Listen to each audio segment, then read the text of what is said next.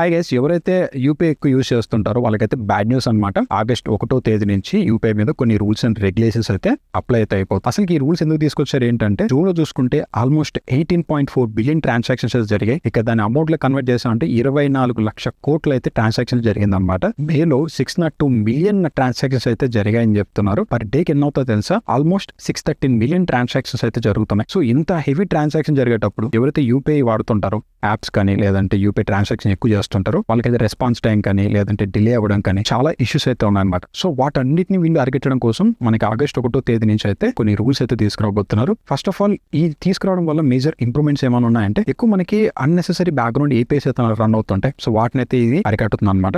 అలాగే ఎవరైతే auto payments ఎక్కువ సెట్ చేస్తుంటారు కదా, సో వాటి యొక్క సక్సెస్ రేట్ ని అయితే కూడా ఇంప్రూవ్ చేస్తున్నారని చెప్తున్నారు. అలాగే ఎవరైతే డార్మెట్ అకౌంట్స్ అయితే ఉంటాయి, అంటే ఇన్యాక్టివ్ అకౌంట్స్ అనమాట, సో దానివల్ల ఫ్రాడ్స్ కూడా ఎక్కువ ఛాన్సెస్ అయితే ఉన్నాయి. లాస్ట్ యూజర్ యొక్క ఎక్స్పీరియన్స్ అనేది ఇంప్రూవ్మెంట్ చేయడం కోసం అయితే రూల్స్ అయితే తీసుకొచ్చారు. ఇందులో ఫస్ట్ రూల్ వచ్చేసరికి బ్యాలెన్స్ ఎంక్వైరీ ఎవరైతే ఎక్కువ అయితే చేసుకుంటుంటారో, సో వాళ్ళకైతే పర్ డే 50 టైమ్స్ మాత్రం మీరు మీ యొక్క బ్యాలెన్స్ అయితే చెక్ చేసుకునే ఛాన్స్ అయితే ఉన్నాయి. ఒకవేళ మీకు మల్టిపుల్ యూపీఐస్ ఉంటే మాత్రం లైక్ గూగుల్ పే కానీ ఫోన్ పే కానీ వేరే ఉంటే మాత్రం 50 టైమ్స్ అనేది మనకి టైం అనేది సెట్ చేశారనమాట. సో మనకి ఒక ఆప్షన్ అయితే ఉంటుంది మనకి యూపీఐలో, ఏంటంటే మనకి మల్టిపుల్ అకౌంట్స్ ఉన్నప్పుడు ఒక యూపీఐకి లింక్ అయితే ఉంటుంది కదా, సో దాన్ని యూజ్ చేసి మనకి అయితే లిస్టెడ్ అకౌంట్ ఏపీఐ ద్వారా మనకి ఆ డీటెయిల్స్ తెలుసుకోవచ్చు. సో పర్ డేకి మీరు 25 టైమ్స్ మాత్రమే రిక్వెస్ట్ అనేది మీరు జనరేట్ అయితే చేసుకోవచ్చు అనమాట. ఆటో పేస్ ఎక్కువ ఎవరైతే సెట్ చేసుకుంటారు, నాన్ పీక్ టైమ్ అవర్స్ అనేది ఉంటాయి అనమాట.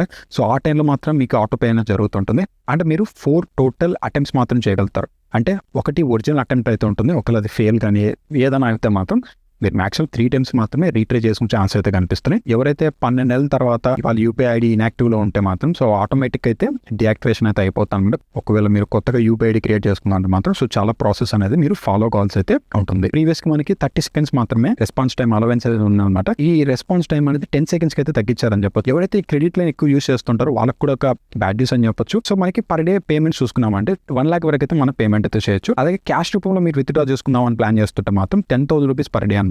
అండ్ P2P అంటే మనకి పియర్ టు పియర్ చూసుకుంటే ఓన్లీ 20 ట్రాన్సాక్షన్స్ మాత్రమే, అంటే 20 P2P మాత్రం మనం పర్ డే అయితే చేసుకోవచ్చు. ఎవరు దీనివల్ల ఎక్కువ అఫెక్ట్ అవుతారంటే ఎవరైతే ఫ్రీక్వెంట్ గా మనకి బ్యాలెన్స్ చెక్ చేసుకుంటారో, ఎక్కువ ఆటో పేస్ యూస్ చేస్తుంటారో, ఎవరైతే ఇన్యాక్టివ్ అకౌంట్స్ మెయింటైన్ చేస్తుంటారో, ఎవరైతే క్రెడిట్ లైన్ మీద మోస్ట్లీ డిపెండ్ అవుతుంటారో, సో వీళ్ళందరి మీద అయితే మనకి ఈ రూల్స్ అయితే ఎఫెక్ట్ అయితే పడుతుంటాయి. అండ్ ఒక రూమర్ అయితే మనకి ఆన్లైన్ లో చక్కర్లు కొడుతుంది, ఏంటంటే యూపీఐ సబ్స్క్రిప్షన్ అనేసి. బట్ యాజ్ ఆఫ్ నో అయితే మనకి ఎటువంటి సబ్స్క్రిప్షన్ అయితే లేదు, లైక్ యూపీఐకి మీరు ఎటువంటి సబ్స్క్రిప్షన్ పే చేయాల్సిన అవసరం లేదు. సో ఇది ఆగస్ట్ 1వ తేదీ నుంచి యూపీఐ మీద పడుతున్న రిస్ట్రిక్షన్స్ అనమాట. సో చాలా స్ట్రిక్ట్ గా అయితే ఉండబోతుంది అనమాట. సో మీరేమనుకుంటున్నారు, ఈ యూపీఐ మీద పెట్టిన రూల్స్ అనేది మనకి ప్లస్ అవుతాయా మైనస్ అవుతాయని కింద కామెంట్ సెక్షన్ కామెంట్ అయితే చేయండి.